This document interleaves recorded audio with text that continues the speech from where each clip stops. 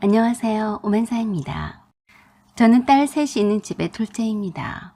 제가 남편과 결혼할 때만 해도 저희 친정엄마가 제 남편을 참 이뻐하셨어요.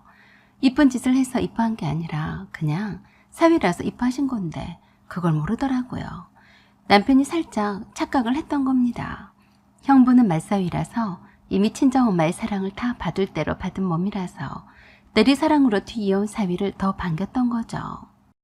당연히 새 식구에게 더 관심과 사랑을 표현하는 것은 당연한 게 아니었을까요? 그저 저희 친정엄마는 형부나 남편이나 똑같이 사랑을 하셨던 건데 제 남편은 말사위보다도 자기를 더 좋아하신다고 생각을 했었나 보더라고요. 객관적으로 볼 때 모든 면에서 형부보다 남편이 더 월등하고 비교 후에 있다고 자신을 했던 모양이었어요. 남자들한테도 그런 보이지 않는 경쟁의식이 있었는지는 저도 몰랐었네요. 남편은 형부보다 좋은 대학을 졸업을 했고 좋은 기업체에 재직 중이었거든요. 그래서 친정엄마가 자기를 더 이뻐할 거란 자신감이 있었나 보더라고요. 아무튼 저희 친정엄마도 남편과 함께 친정집에 가면 저는 뒷전이고 제 남편에게 바로 달려와서 두 손을 잡고 어서 오라고 환대를 하신 분이셨어요. 남편은 그런 우리 친정엄마가 그래도 애기처럼 좋았나 보더라고요. 남편도 반기는 장모님에게 어머니, 어머니 하면서 어디 아프신 데는 없으셨냐고 얼굴살이 좀 빠지신 것 같다고 하면서 살갑게 굴었습니다.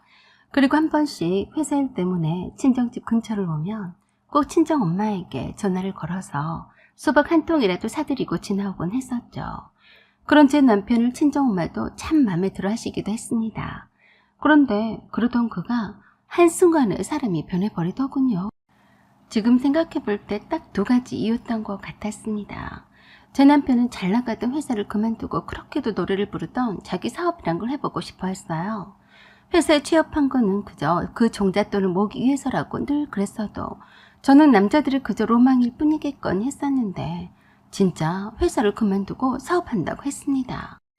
저를 믿고 그러는 것 같았어요. 저도 비교적 안정적인 직장을 다니고 있었으니까요. 월급쟁이로 평생을 살고 싶지 않다고 하면서 더 많이 벌어서 더 많은 일을 하고 싶은 마음은 충분히 이해를 했습니다. 하지만 세상 일이 그렇게 쉽게도 마음 먹은 대로 되어주던가요? 그래서 반대를 했었죠. 그냥 둘이 벌어서 충분히 먹고 살만 하니까 이대로 살자고 했었는데 남편은 고집을 피우더라고요. 저는 절대로 찬성을 할 수가 없으니 함부로 회사를 그만두는 날에는 각오하라고 엄포도 놨었지만 불안해서 시어머니께 말씀을 드렸었죠. 그랬더니 시어머니가 하시는 말씀에 놀라기만 했습니다. 준수가 어려우니 알아서 잘하겠니? 네가 뭐라고 남자가 하는 일에 찬성하니 반대하니 하는 거야? 그냥 하는 대로 냅둬라. 준수가 할 만하니까 한다고 하지 않겠니? 라고 하시는데 저에게 되려 남편이 하는 일에 내조는 못할 망정 말이라고 일로 바치고 있다면서 저를 나무라셨어요. 그리고 하시는 말씀에 또 놀랐었죠. 내가 일부러라도 마누라 눈치를 보지 말고 하고 싶은 대로 하라고 말해줄란다. 세상에 원, 우리 아들이 하겠다는데 허튼 짓도 아니고 그 정도 젊었을 때는 한 번쯤 해봐야 나중에 후회가 없다. 남들은 다 여자들이 남편을 내조해서 다 성공도 잘 시키더라. 라고 하시면서 남자가 성공하고 안 하고는 다 여자 탓인 것처럼 말씀을 하시더라고요. 저는 너무나 어이가 없어서 저도 모르게 시어머니께 튀어나오는 대로 말씀을 드렸습니다. 그러는 어머니는 왜 아버님을 성공을 못 시키셔서 이렇게 고생하세요? 그리고 아가씨는 왜 아가씨 남편을 성공을 못 시켜서 사내만에 하는 거예요? 갑작스런 제 질문에 당황해 하시더니 화를 마구마구 내시기만 했어요. 네가 지금 시애미를 잡겠다는 것이냐? 어째 말하는 꼬락서니가 아주 시건방지구나. 아니 그렇잖아요. 어머님 말씀대로라면 남자는 여자가 만들 나름이라는데 어머니도 그렇고 아가씨도 그렇고 다 자기 탓인데 맨날 못마땅해 하셨잖아요. 그랬더니 터진 입이라고 함부로 놀린다면서 난리도 그런 난리를 하시는 게 아니었어요. 말이 막히시니까 성질부터 있는 대로 다 내시더라고요. 그래도 저는 끝까지 할 말은 했어요. 어머니, 아무리 어머님이 그렇게 말씀을 하신데도 전 준수 씨가 회사를 그만두고 하고 싶은 사업을 하는 것에는 반대예요. 어머니야말로 돈을 대주실 것도 아니시면 하라 마라 하지 마세요. 그랬더니 제가 시어머니를 우습게 안다고 하시면서 아가씨랑 시어머니가 얼마나 제 남편을 꼬드겨서 하고 싶은 일은 해야 한다며 남의 집 불구경하듯이 쉽게도 말하더라고요. 남편은 모두가 다 자기 능력을 믿고서 밀어주는데 저만 못 믿어 산다면서 투덜거리길래 제가 그랬었죠. 나는 분명히 너한테 안 된다고 의사표현을 했다. 만일에 그럼에도 불구하고 네가 굳이 하겠다고 한다면 내 지원은 없을 테니 그래 알고 각오해. 시어머니와 시누이는 아이도 아직 없고 제가 짱짱한 직장에 다니고 있는데 무슨 걱정이냐며 부추기고 난리였어요. 괜히 시어머니께 말을 꺼내서 오히려 긁어부스럼이 나는 꼴이 되어버렸죠. 이미 남편은 회사를 다니고 있으면서도 계속 사업 계획에 몰두를 하고 있던 참이었고 구체적인 계획을 세우더니 드디어 회사를 그만두고 조그만 사무실을 차렸습니다.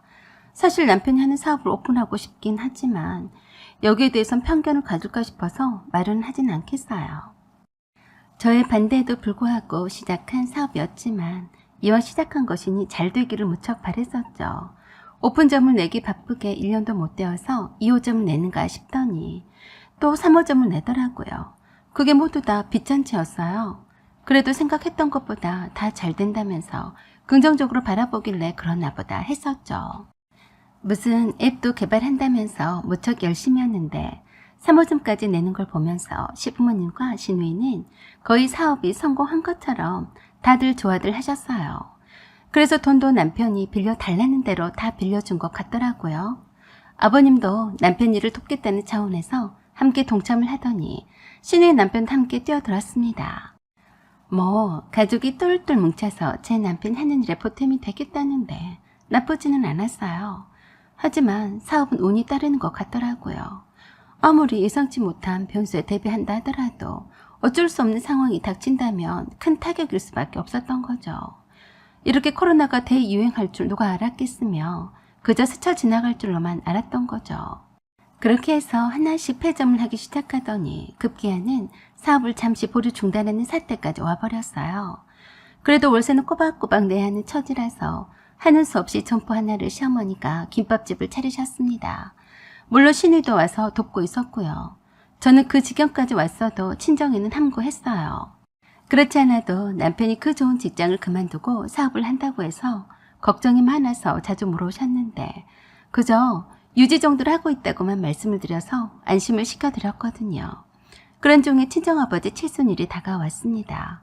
친정엄마가 집에서 식구들끼리만 조촐하게 칠순잔치를 하신다고 하셨어요. 그쯤에 친정엄마가 남편에게 전화를 해서 안부를 물으셨습니다. 자네 일이 그럭저럭 잘 된다고 들었네. 참 다행한 일이 아닌가? 그래, 몸은 잘 돌보면서 일하게. 네, 장모님. 장모님도 건강하시죠? 응, 그렇다네. 자네는 혹시 주식은 하지 않았나? 네. 아쉽구만. 자네 처형네가 이번에 주식으로 대박이 나지 않았다지 뭔가. 그래서 자네가 똑똑한 사람이라서 혹시나 하고 물어본 거네. 아, 깜빡할 뻔했네.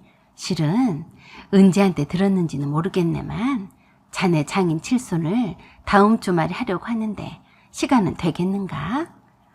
아, 네, 그럼요. 혹시 바쁜 사람이라서 직접 물어본 거네. 그렇게 해서 남편은 언니와 형부가 아무 생각도 없이 주식에다 모아놓은 돈을 묻어놓았었던 돈이 엄청나게 불어나서 대박이 난 사실을 알게 되었습니다. 그때부터 자꾸 저희 친정집 식구들에 대해서 핀잔을 주더라고요.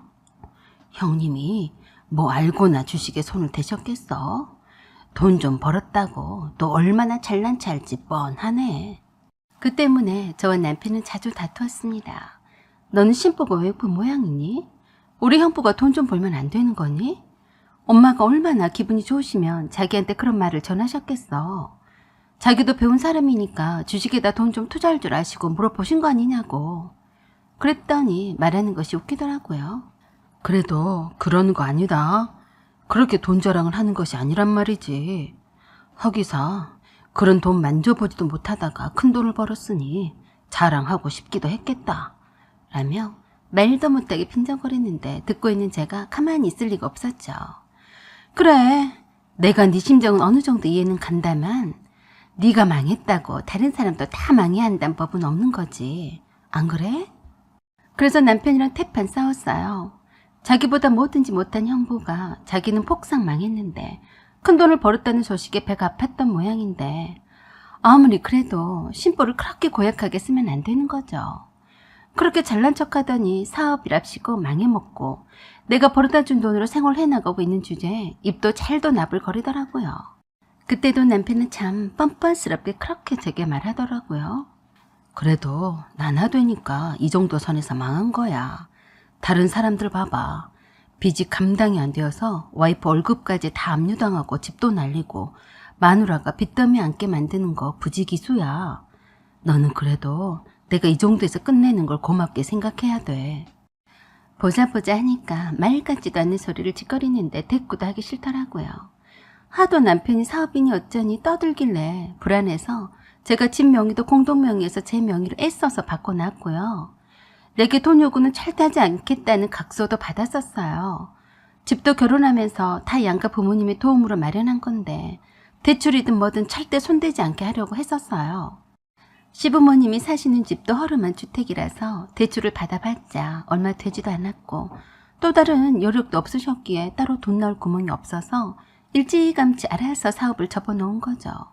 그 덕분에 더 큰 손해는 피한 거였고요.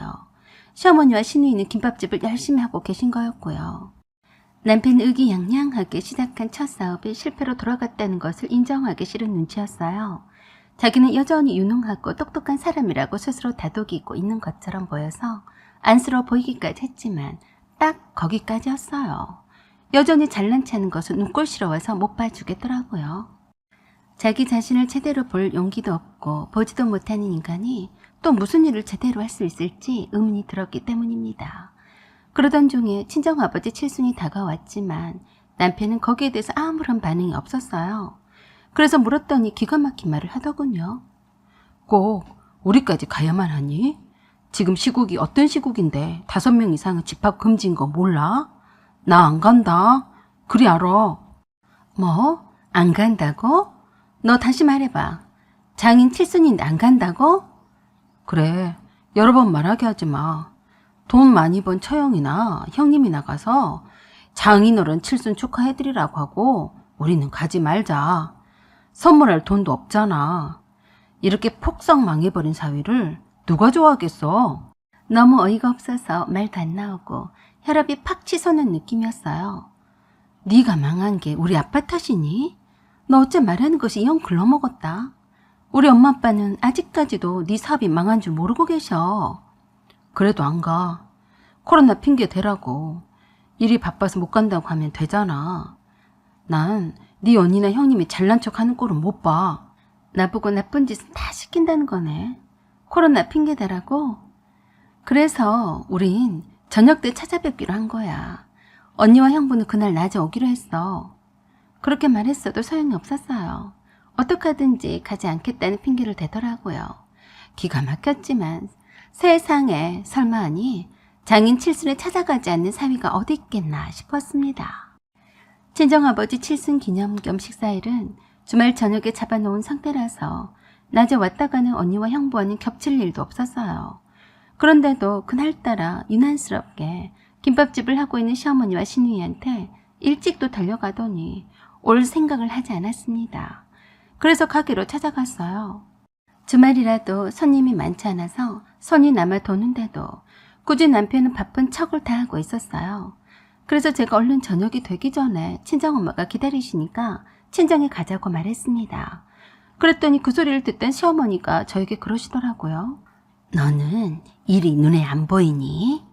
너는 직장 다닌다고 주말에 바빠도 부르지 않았더니만 아주 네가 편에 빠졌구나. 이렇게 바쁜데 어딜 가자는 거니? 오죽했으면 네 혼자 가라고 하지 않았겠어. 너도 가지 마라. 지금 이 시국에 무슨 칠순잔치냐? 이런 때 그런 거 가지 않는다고 해서 누가 뭐라고 할 사람은 없다. 그 어머니 그 아들이 딱 맞더라고요. 시어머니가 그런 기가 막힌 말을 내 앞에다 아무렇지도 않게 하는데도 남편은 꿈쩍도 하지 않았습니다. 저는 그날 칠순이신 친정아버지를 생각해서 어떻게든 남편을 구슬려서라도 데리고 갈 참이었어요. 이미 남편이 친정엄마와 시간 약속을 한 상태라서 저녁 식사를 저희네 할 걸로 생각하실 테니까요. 거기에다가 신우이가 한술 더 떠서 말하는데 완전 폭발하기 일보 직전이었죠. 언니, 엄마 말대로 해요. 칠순잔치도 코로나 끝나고 해드리면 되는 거고요. 다 상황에 맞춰서 하는 거죠. 오빠도 바쁘니까 가기 싫은 거고 다음에 간다고 말씀을 드리세요. 그러게 말이다. 요새 세상에 칠순잔치가 어디 있니? 또 하필 이 시국에 칠순을 다 챙기니? 그러시면서 시어머니가 저에게 김밥 재료를 다듬으라고 당근 한 무더기와 채칼을 제 앞에다 갖다 놓으시면서 그러시는데 얼척이 없었어요. 그래서 그냥 다 엎어버렸습니다. 홀에는 3테이블 정도의 손님이 있었던 것 같은데 놀라서 다들 쳐다봤어요. 제가 큰 소리로 소리 질렀습니다. 서준수, 이 치질이도 못난 인간아. 넌 오늘부로 끝장이야. 집에 들어올 생각도 하지 마. 여기서 처박고 살아. 알았지? 라고 내지르고 나와 버렸습니다. 그리고 곧바로 집 비번도 바꾸고 친정집으로 갔습니다. 대충 핑계를 대고 여동생을 불러서 친정아버지 칠순을 축하드렸어요. 그리고 남편 짐을 다 빼서 시댁으로 보내버렸고 집에 찾아와서 난동을 부릴까 싶어서 언니네 집에 가서 어떻게 이혼을 마무리 지을지 의논했습니다. 그렇게까지 강경하게 나올 줄은 미처 생각을 못했었는지 남편이 놀라서 친정집에 찾아와서 뒤늦게 친정아빠의 생신을 축하드린다고 인사를 하러 왔다고 했습니다. 하지만 그거는 그거고 제가 한번 한다면 하는 사람이라서 한번 결정한 일에는 되돌리는 법이 없었죠. 그렇게도 주식으로 대박이 난 우리 언니와 형부를 보지 않겠다던 남편은 제가 있던 언니네 집 앞에 와서 손발이 닳도록 잘못했다고 빌었지만 그게 진심이겠어요? 딱 봐도 나와 이혼해서 좋을 것이 하나도 없을 것 같은 계산에서 나온 거겠죠. 다행히도 남편이 아이를 조금 늦게 갖자고 해서 갖지 않았던 것이 참 다행이었었다는 생각을 했습니다. 깨끗하게 나눌 건 나누고 그렇게 헤어졌습니다. 시댁에서 신혼집을 버틴 돈에서 제가 남편이 사업을 한답시고 생활비를 안 갖다 준 것을 다 제했어요. 그리고 정신적 보상금도 받아냈습니다. 이래저래 떼고 났더니 남편은 사업도 망하더니 결혼도 망해버렸네요. 자기 할 도리만 잘했어도 짱짱한 직장을 둔 마누라 덕에 최소한 굶어 죽을 걱정은 하지 않고 다시 재기를 노려볼 수도 있었을 텐데 쌓여있는 그 많은 빚에다가 먹고 살아야 하는 형편인데 불쌍해 보이더라고요. 저런 마인드로 사업도 그런 식으로 했을 테고 앞으로도 그렇게 할 사람이니 미래가 없는 사람이었죠. 그런 인간과 잘 헤어졌다는 생각을 지금도 해보네요. 주식으로 대박난 형부가 배 아파서 혼자 그 자격지심 때문에 사람의 도리를 마다했던 그런 남편은 없을 겁니다. 사연은 여기까지입니다. 구독과 좋아요 부탁드려요. 감사합니다.